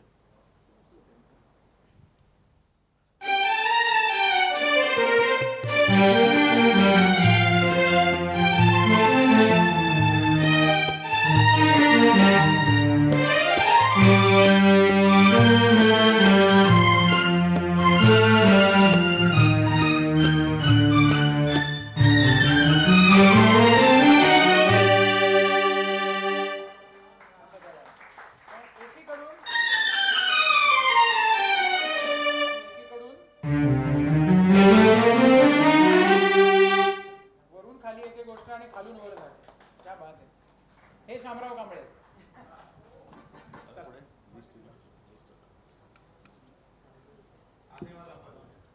होणार मंदार, सगळं होणार. तुला काय आहे, मगाशी तो म्हणाला की आपल्याला संगीतकार माहिती असतात पण अरेंजर्स माहिती नसतात, कारण प्रत्येक गाण्यामध्ये ते कोण वाजवत आहे किंवा कशी अरेंजमेंट केलेली आहे. तसंच आता सत्तू आपल्याला शोमध्ये दिसतो किंवा कुठल्या तरी दिसतो, पण त्यांनी त्याच्या म्हणजे आतापर्यंत 30 वर्षाच्या ह्याच्यामध्ये जास्त ठेवलं की त्यांनी इतकं काय काय वाजवून ठेवलं आहे की आपल्याला माहिती असतं पण माहिती. आता थोडक्यात मी मग एक लिस्ट वाचणार आहे. ती लिस्ट अशी आहे की तू ज्या जाहिरातींमध्ये वाचलेल्या मला माहिती असलेल्या काय जिंगल्स म्हणू आपण त्याला किंवा काय, ती मला कोणीतरी पाठवली होती 15-20 दिवसांपूर्वी. खतरनाक तयारी करून आलेले आहेत. नाही तयारी म्हणजे मला, अरे तुझे असं आहे की मला पाठवलं, म्हटलं काय पाठवलं, अरे तुला माहिती नाही का म्हणे सत्तूने ह्याच्यावर वाजवलेलं आहे, तुझ्याच एका मित्राने पाठवले. नाही मला पण त्या निमित्ताने ते रिकलेक्ट. मी आता लिस्टच वाचतो जाहिरातींची. Navratna oil, Maruti Motors, Amazon, Honda, Del Monte, Tanishq, Britannia, Tata Sky, Wagh Bakri, ITC hotels, Airtel, Facebook, Nestle Everyday, cars 24, IPL season, Surf Excel, Asian Paints, Center Fruit, Dabur Vedic tea, Cornetto ice cream, Emirates Airlines, कॉरेजन insecticides, Hindustan Lever, Kellogg's cornflakes, Burger King, Titan, Hero bikes, Vodafone, Emami, एवढेच त्यांनी पाठवले. तो म्हणजे अजून खूप आहे, म्हणतात नको. ह्याच्यातली जी काय आपण गाणी किंवा म्युझिक ऐकतो हे आपल्याला काही माहितीच नाही. याचा कल्प्रिट कोण आहे ते मला माहिती आहे. बहुतेक आमचा मित्र कौशल इनामदार किंवा कोणीतरी ओळखायचंच. पण मजा काय आली, बरेचदा काय होतं ते असं गाणं त्याच्यात नसतं आणि छोटं छोटंसं काहीतरी असं म्युझिक असतं ना जिंगलमध्ये की एवढंच काहीतरी वाजवून घेतात आणि आपल्याला ते नंतर अख्ख्या गाण्याबरोबर तर त्या एमिरेट्सनी कुठेतरी जात असताना त्या विमानात ती जाहिरात बघितल्यावरती एकदम आठवलं आणि एक जाम मजा आली. मला असं झालं किती लोकांना सांगू आणि नको सांगू की अरे, पण ते सगळं अख्खं विमान 300 लोक ती ऐकत असतात आणि ती त्या सीट बेल्टच्या वेळेला ते प्रत्येक वेळेला ते म्युझिक वाजत असतं ना त्या अनाउन्समेंटच्या वेळेला. सो अशी मजा येते. तशी मराठी हिंदी सिनेमात सुद्धा ती पण त्यांनी ती वेगळ्या माणसांनी पाठवली. मालिक 1, तीसमार खा, बेंजो, हॉलिडे, ये जवानी ये दिवानी, जब हॅरी मेट स्पेशल, तुम्हारी सल्लू, रिसेंटली रिलीज लालसिंग चड्डा, काला आणि आता डंकी नावाचा जो ह्याचा सिनेमा येतो आहे शाहरुख खानचा. ते खरं का या 1-2 दिवसामध्ये त्याचं कधीतरी रेकॉर्डिंग त्याचं असणार होतं, पण हा आमचा सकाळी कार्यक्रम आहे तर म्हणाल मी संध्याकाळी ते करीन. आता आज करणार आहेस का उद्या मला माहिती नाही तुझं काय ते. तर त्याप्रमाणे म्हणजे माझं म्हणणं की हा इतका ह्याचा माणूस आहे तयारीचा की या गोष्टी आपल्याला माहितीच नसतात की ह्याच्या मागे सत्तूचं काहीतरी वाजलेलं आहे किंवा काय. नाही, चित्रपटाचं बॅकग्राऊंड वाजवणं एक वेगळी गोष्ट असते. आणि जब हॅरी मेट सेजल हे बॅकग्राऊंड जेव्हा मी वाजवलं तेव्हा म्हणजे आम्ही जेव्हा पिक्चर बघितलं थिएटरमध्ये जाऊन तेव्हा लक्षात आलं की शाहरुख खानचा जेवढा आवाज आहे त्याच्यापेक्षा जास्त अकॉर्डियनचा आवाज आहे, म्हणजे जास्त वेळ. आणि मी आणि माझी बायको बघत बसलो होतो पिक्चर, आणि पिक्चर तेवढा काही चांगला नसल्यामुळे लोक खूप उठून गेली. पण ते थिएटरमध्ये आपलं नाव शेवटी क्रेडिट्समध्ये बघण्यासाठी फक्त आम्ही दोघेच उरलो होतो आणि ते नंतर काढणार असं म्हणून आम्ही तो पिक्चर बघून घरी गेलो.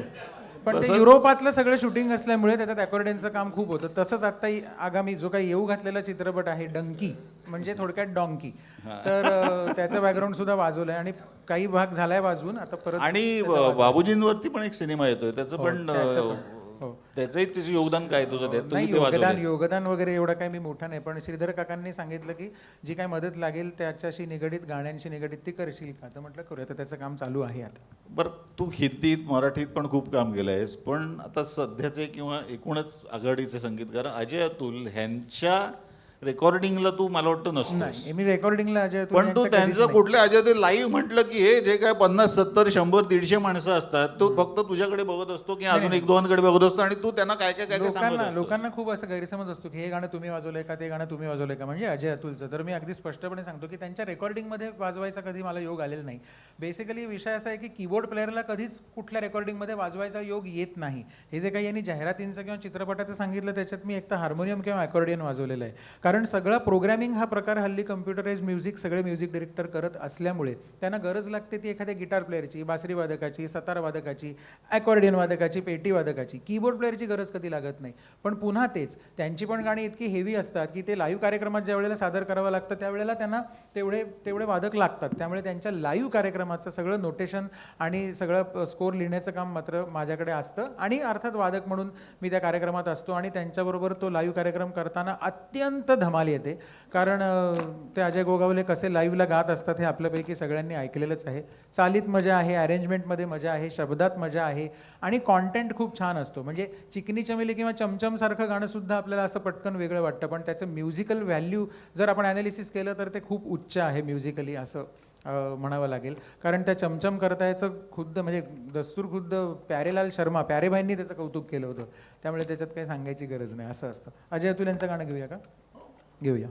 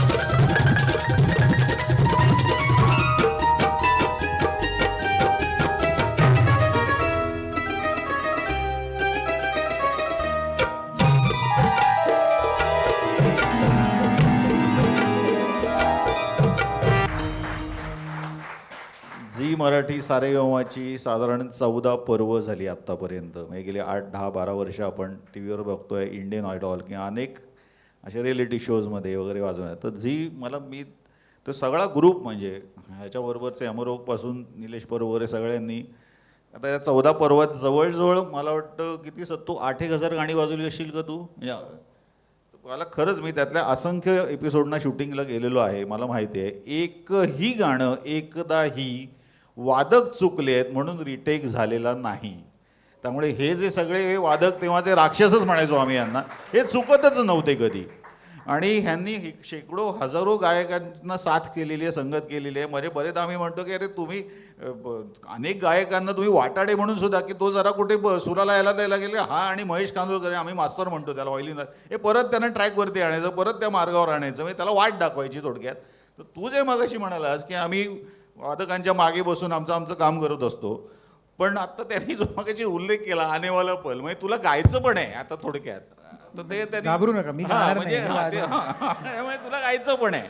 तर ते तुझी जी मजा आम्ही बघतो जादूच्या पेटीत किंवा मजाच बघणार आहात तुम्ही. म्हणजे कारण नाही मगाचपासून आपला विषय असा चालू होता की इथे की गायक गात असताना मागे खूप काम चालू असतं की सिंथेसायझर प्लेअरचं, आणि किंवा तो ट्रॅक चालू असेल तेव्हा मी गाणं वाजवत असतो. तर आता ह्यांनी ती जबाबदारी, म्हणजे मंदारची ती फरमाईश होतीच किंवा अथर्वची पण ती होतीच, पण एक प्रकार थोडासा असा त्या वाद्यामुळे ॲक्च्युली तो केला. मला ते वाद्य देऊ शकतोस का? ते जड आहे, सांभाळून उचल. तर हां, ते वाद्य ॲक्च्युली खूप जड आहे. तर हे वाद्य मुळात हे ज्या वेळेला मला दिसलं त्यावेळेला मला जरा त्याची मजा आली. काही फार असं काही वेगळं नाही आहे. पेटीमध्ये जशी आपण हवा भरतो तसं ह्याच्यात पण हवाच भरली जाते. रीड्सच आहेत ह्याच्यात पण, फक्त हे फुंकून वाजवलं जातं. म्हणजे आपल्याला डावा हात त्या भात्यावरती न्यायची गरज नसते. त्यामुळे मग मला असं वाटलं की आपण उजव्या हाताने गाणं वाजवू शकू आणि डाव्या हाताने कीबोर्डवरती त्याचं म्युझिक वाजवू शकू. असं काहीतरी एक करण्याचा प्रयत्न मी केला होता. तो लोकांना आवडला, ते आपल्यासमोर सादर करतो.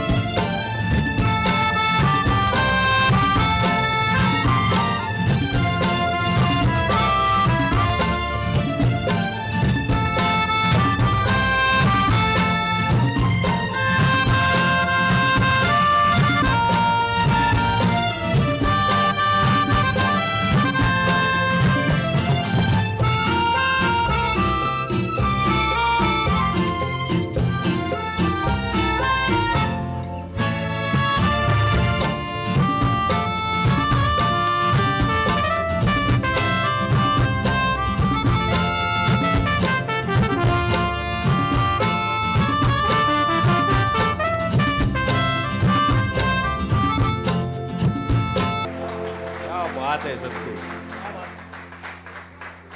मला सत्तूच्या बायकोला परिणिताला एक प्रश्न विचारायचा आहे. तो असा प्रश्न आहे, हा जेव्हा असंख्य गोष्टी करत असतो इकडे, जर का तू घरी त्याला एखादं काम सांगितलंस करायला, काहीतरी घेऊन यायला, तो एखादी 10 गोष्टी पण घेऊन येतो का? जशा इथे 10 गोष्टी करतो तशा, का काही जाणत नाही? तो घरी असतो का आधी? पहिली गोष्ट परत परत फोन करायचा. अच्छा, त्याच्यामुळे थोडक्यात हे असं आहे. बरं, मला एक सांग, तू मगाशी आता मध्येच नाही, काय आणायचं त्याची लिस्ट बघेपर्यंत कार्यक्रमाच्या 4 लिस्ट आलेल्या आलेल्या असतात. त्याच्यामुळे कधी कधी असं होतं त्या लिस्ट वाचत वाचत काहीच न घेता घरी येतो.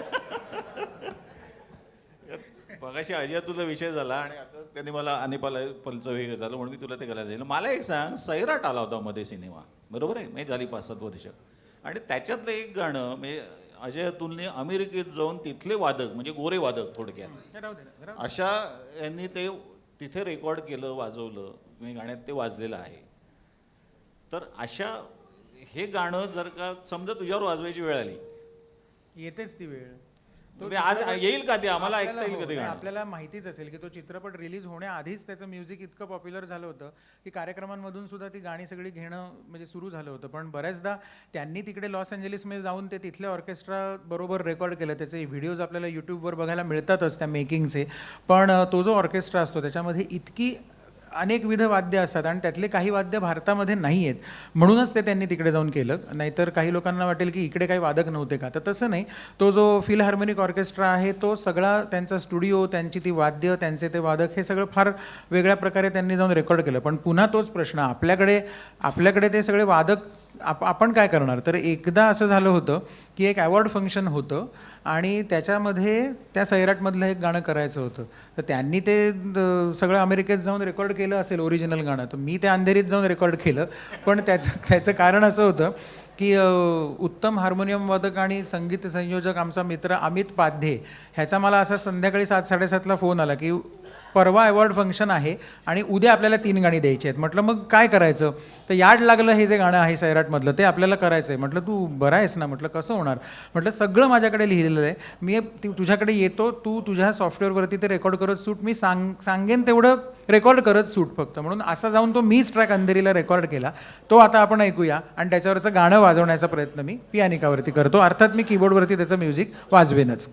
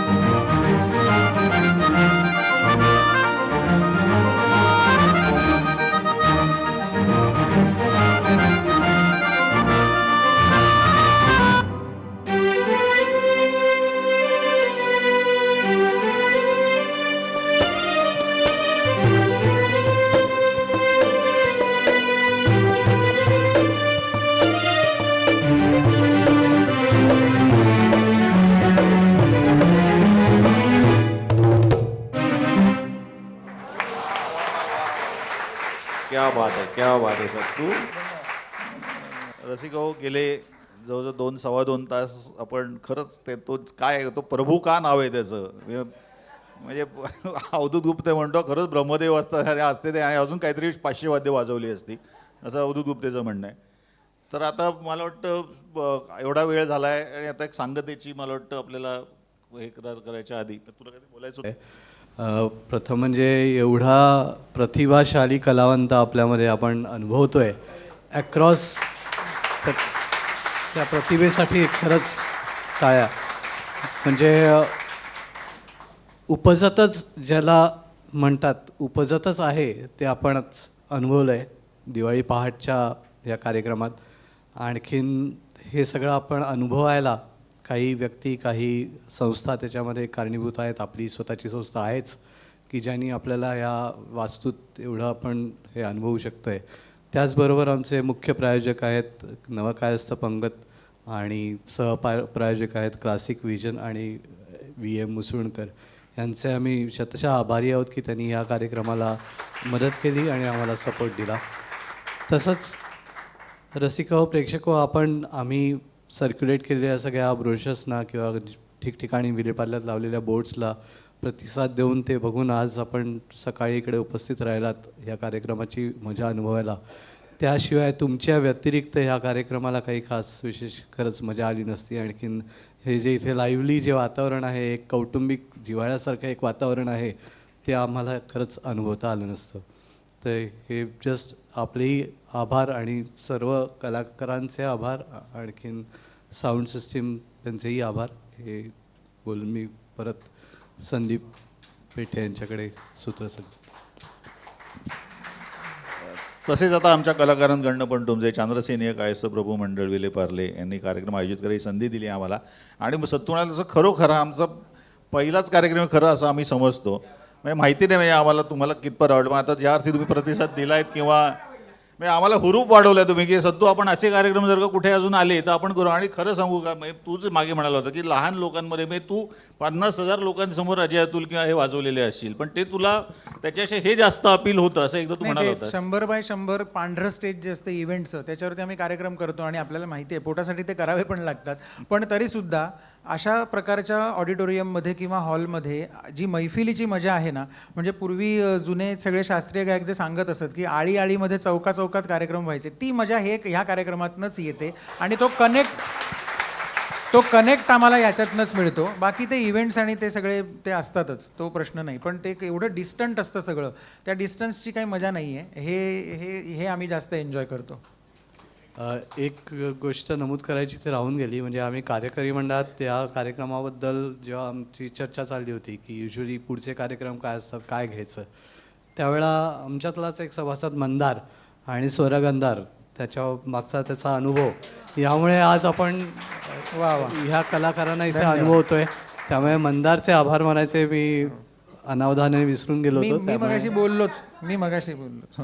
हो, नक्कीच. कारण त्यांनी बऱ्यापैकी म्हणजे प्रत्येक कार्यक्रमात त्याचा एवढा सहभाग आहे, आणखीन एवढं कॉन्ट्रीब्युशन असतं की जे शब्दात मांडणं ते कठीण आहे. नाही, वेल ऑर्गनाइज्ड आणि एकदम शिस्तबद्ध काम असतं कुठलाही कार्यक्रम. तो शिवकल्याण राजा असेल, नाही तर मदन मोहन यांचा आम्ही करतो तो असेल. दरवर्षी नेटाने काहीही पाऊस पडू दे काय, कारण तो कार्यक्रम नेमका जूनमध्ये येतो, त्यामुळे किती पाऊस पडेल आणि काय होईल हे आधी 2 महिने आधी बसून कळत नसतं. पण तरी गेली 20 वर्ष तो तेवढेच कार्यक्रम, तेवढे 3 किंवा 4 कार्यक्रम किंवा 2 कार्यक्रम तो करतच असतो. असे अनेक कार्यक्रम तो अर्थात करत असतो. आणि दुसरे विशेष आभार मला मानायचे ते तिकडे बसलेले अविनाश पराडकर. हे आम्ही जरी इथे काही करत असलो ना, तरी तो सुद्धा तितकाच चांगला म्युझिशियन असल्याशिवाय तुमच्यापर्यंत ते पोचू शकत नाही.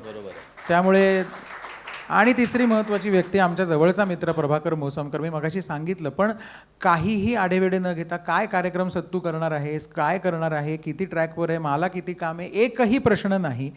किती वाजता यायचंय आणि काय वाद्य आणायचे, हे 2च प्रश्न त्याचे होते, ते सुद्धा काल संध्याकाळी.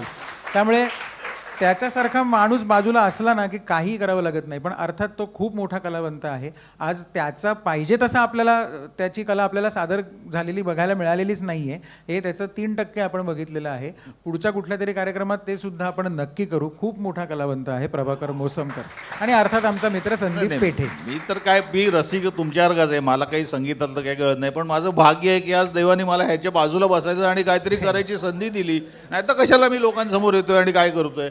म्हणाला येशील का म्हटलं पुण्याहून यात येतो म्हटलं. मी पुण्याहून आलो तेवढ्यासाठी म्हटलं करूया. आणि पार्ल्यात कार्यक्रम करायचा आहे म्हटले होते थोडासा पोटात गोळा पण आला होता की अरे काय समोरची माणसं आपल्याला काय तू करतोय असं नको व्हायला. त्यामुळे माझी काही कदाचित चूक झाली असू शकते तर ती पण माफ करा. आणि तुम्हाला सगळ्यांना दिवाळीच्या शुभेच्छा. ही दिवाळी भरभराटीची उत्कर्षाची सगळ्या याची तुम्हाला जावो. सत्यजित एकच मिनिट पुढचा आपला कार्यक्रम सुरू करायच्या आधी एक मला अजून एक हा आठवलं आहे. आपल्याबरोबर बाबा आहेत तर मी त्यांना विनंती करेन की तुम्हाला काही तुमचं मनोगत व्यक्त करायचं आहे सत्यजितच्या बाबतीत. सगळ्यात पहिलं म्हणजे आमचे मंदार कर्णिक यांचे आभार मानायचे. म्हणजे अतिशय लाडकं व्यक्तिमत्व पहिल्यापासून. आणि नंतर निवडलं कोणी आम्हाला, आम्ही कोणाला, तर मंदार कर्णिक. हे कधीच आम्ही सांगितलं नव्हतं आजपर्यंत. अक्षरशः तुम्हाला खोटं वाटेल. आणि इतक्या वर्षापासून आजपर्यंत खूप मजा आली.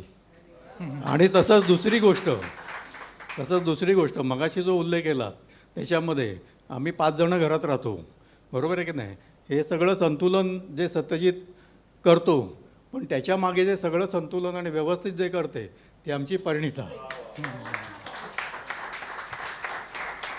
ते आवर्जून सांगण्यासारखं, कारण हे सोप्या गोष्टी नाही आहेत. भेटतच नाही, तो हे करत नाही ते करत नाही, पण कुठली तक्रार आजपर्यंत कधी तिने केलेली नाही आहे. आणि दुसरं म्हणजे वेदांतीला घडवणं, हे सांगायलाच पाहिजे तुम्हाला. कारण काय, ही याच्यातच मजा असते सगळी. म्हणून आपण हे सगळं ऐकू. आणि मंदार कर्णिकमुळे हे सगळं आज खूपच मजा आली. मंदार, आम्ही पण हे कधी ऐकलं नव्हतं घरात. आज मी पण सत्यजितला पहिल्यांदा ऐकतोय. मलाच हे माहित बऱ्याच गोष्टी गोष्टी सादर कसं होईल. मी म्हटलं ना मगाशी की प्रभा तुला 5 वर्षांनी तू वाजवलेली गाणी ऐकायची. कारण ते एका वेगळ्याच प्रोजेक्टसाठी हे सगळे मेडलीज केलेल्या होत्या. मदन मोहन काय किंवा शंकर जय किशन आपण ऐकलं ते. त्याचे आत्ताच गेल्या आठवड्यात आम्ही अमेरिकेत कार्यक्रम पण केले. पण हे सगळं 2.5-2.25 तास आपण काय नक्की मांडू, कसं ते जाईल. शब्द नसतात, कारण इन्स्ट्रुमेंटल कार्यक्रमात शब्द नसतात, कोणी गायक नसतो. तर ते कसं जाईल ना ह्याची भीती मला होती. आणि वाजवून वगैरे आम्ही घरी काही बघितलेलं नव्हतं. त्यामुळे मीच बाबांना काल म्हटलं होतं की पार्ल्यात मी माझ्या ओळखीच्यांना कोणालाही सांगितलेलं नाही आहे. एकदा एक कार्यक्रम काय तो होऊन जाऊ दे आणि मग आपण काय ते नाही नाही, पण याच्यामध्ये सगळ्यात गोष्ट अशी आहे की प्रत्येक वेळेला हे आम्ही सगळं काहीच ऐकलं नाही आहे. तुम्हाला अक्षरशः खोटं वाटेल, पण तेवढा वेळच नाही आहे ना. म्हणजे तो आमच्यासमोर मांडून काय बसणार नाही ना, आम्ही करतो म्हणून. ही पहिली गोष्ट होते. हे फक्त केवळ मंदार कर्णिकमुळे आम्हाला ही मजा आज खरंच आली. दुसरी असं आहे की प्रभू त्यांच्या लहानपणी जसे वडिलांनी त्याच्यावरती संस्कार म्हणा किंवा गोडी ओळखली म्हणा, आवड ओळखली त्याची, तशीच आता त्याच्या पुढची पिढी म्हणजे सत्तूची मुलगी वरती तो तसेच तिने आईच्या पोटात असल्यापासून सुरावट आणि ती तिच्या कानावर पडली असेल तर ती वाद्य वाजवत नाही, पण ती त्यांनी मग जे शिवकल्याण राजाचा उल्लेख केला त्याच्यात ती गाते सुद्धा. आता मग मी एक तिला सांगतो की तू ये आणि थोडक्यात बाबांनी आज जे काही छान गोष्ट केलेली आहे त्याच्यावर कळस तू चढव. मी तुला रिक्वेस्ट करतो की तू ये इकडे. तू लहान आहेस माझ्यापेक्षा, पण खरंच रिक्वेस्ट करतो. हां, आणि मग हे झाल्यावरतीच आपण कार्यक्रमाची सांगता असणार आहे. हा कार्यक्रम थोडक्यात त्याच्यानंतर संपेल. पुन्हा एकदा तुमच्या सगळ्यांचे आभार. वरतीच येते. पुन्हा एकदा सगळ्यांचे आभार. पुन्हा सगळ्यांना एकदा तुम्हाला दिवाळीच्या शुभेच्छा.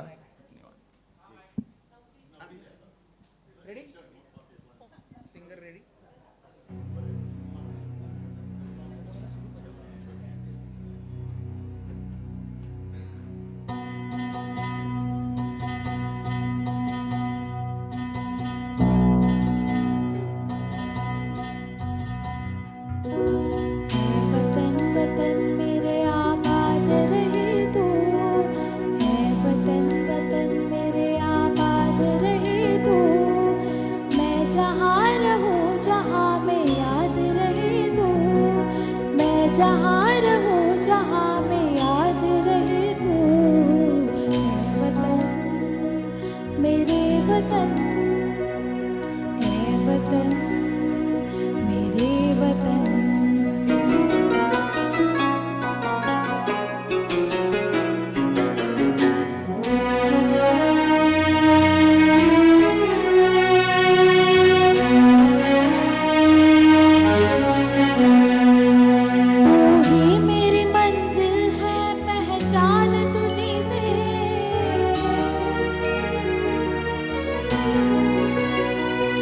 पहुँचूं मैं जहाँ भी मेरी बुनियाद रहे तू, पहुँचूं मैं जहाँ भी मेरी बुनियाद रहे तू। है वतन वतन मेरे आबाद रहे तू, मैं जहाँ रहूँ जहाँ में याद रहे तू। है वतन मेरे वतन, है वतन